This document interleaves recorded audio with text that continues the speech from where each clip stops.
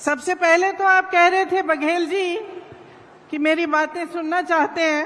सबसे पहली बात मैं ये बता दूं कि बचपन में मैंने पिट्ठू, कंचे, गुल्ली डंडा, स्टापू सब खेला।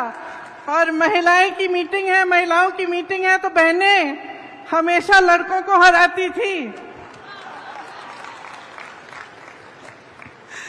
आज यहां आकर मुझे बहुत गर्व महसूस हो रहा है। ये भिलाई है 1955 में पंडित जवाहरलाल नेहरू जी ने यहां जो स्टील प्लांट है उसकी नींव डाली,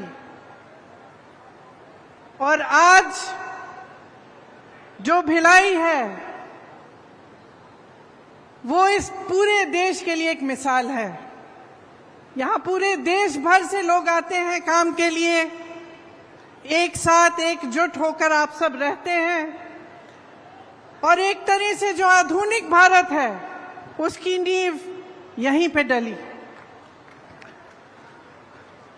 ये आपकी मेहनत, आपका जज्बा और आपकी पहचान का मिसाल है।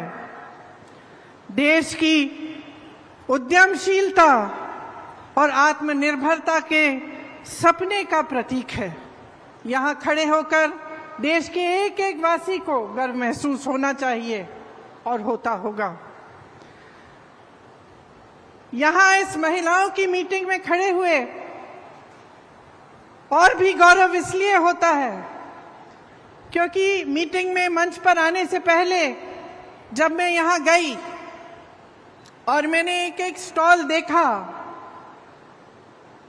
तो मैंने जो महिलाएं देखी उसमें आत्मनिर्भर, उनमें अपना आत्मविश्वास, साहस, खुशी से मुस्कुरा रही हैं कि सरकार ने उनके लिए कुछ किया है, और जो सरकार ने किया है उसके बल पर वो अपने पैरों पे खड़ी हुई हैं।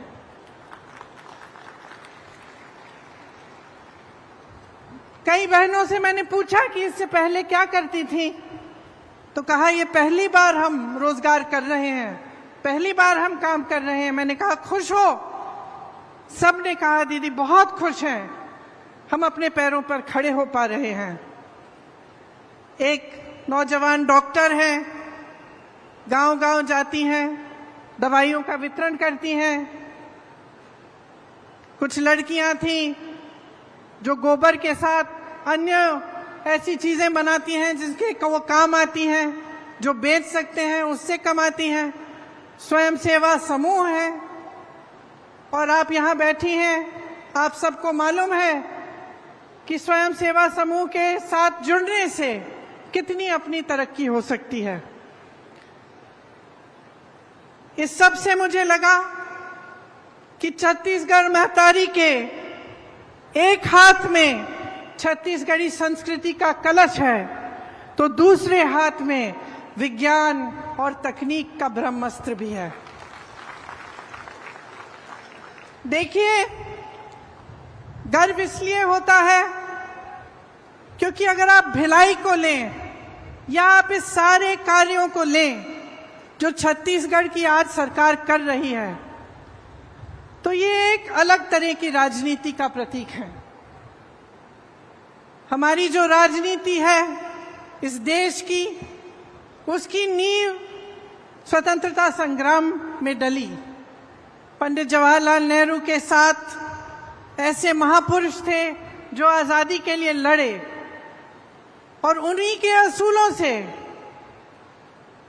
उस संग्राम के असूलों से ये देश बना। तो ये एक ऐसी राजनीति है जिसके नेता आगे भी देखते हैं भविष्य के लिए और साथ साथ वर्तमान को भी मजबूत बनाते हैं। मैंने खुद अपने अनुभव से ये देखा कि ये राजनीति क्या है। मैं आपको एक कहानी बताती हूँ, बहुत छोटी थी, 12-13 साल की होंगी। अनोखे लाल मेरे दोस्त अमेठी से आए हैं। अमेठी की एक बात है, मेरे पिताजी प्रधानमंत्री थे, उनके साथ मैं अमेठी के दौरे पे गई आपको मालूम होगा वो उसका सांसदीय क्षेत्र होता था। खुद जीप चलाते हुए वो गए, मैं उनके साथ साथ बैठी थी। हम एक गांव में पहुंचे, गांव में हम उतरे और सड़क पर चलकर कुछ लोगों से बातचीत करने लगे। अचानक एक महिला उठी, बहुत जोर जोर से डांटने लग गई मेरे पिताजी को। तो मैं खुद चौंक गई, क्योंकि पिताजी से तो थोड़ा सा डर तो बच्चों को होता ही है, लेकिन उसके ऊपर से वो प्रधानमंत्री थे और मैंने ऐसे नहीं देखा था कि कोई उनको ऐसा डांट सके। तो डांटने लगी कि भाई मेरी सड़क है, पानी बरसा था, पूरी सड़क डूब गई है, उसमें तुमने क्या किया? और मेरे पिताजी उनको जवाब दे रहे थे। तो ये उस समय की राजनीति है जब प्रधानमंत्री तक नेता को एहसास होता था कि जनता के प्रति उसकी जवाबदेही है। गाड़ी में बैठे मैंने कहा बुरा नहीं लगा पापा? कहते बिल्कुल नहीं, ये मेरा कर्तव्य है और ये उसका कर्तव्य है, उस महिला का, कि मुझे याद दिलाए, मुझे बताए कि यहां ये समस्या है, इस समस्या को सुलझाओ। अब आगे आइए, तकरीबन 40 साल बीत गए, मैं बुढ़ी होने वाली हूं।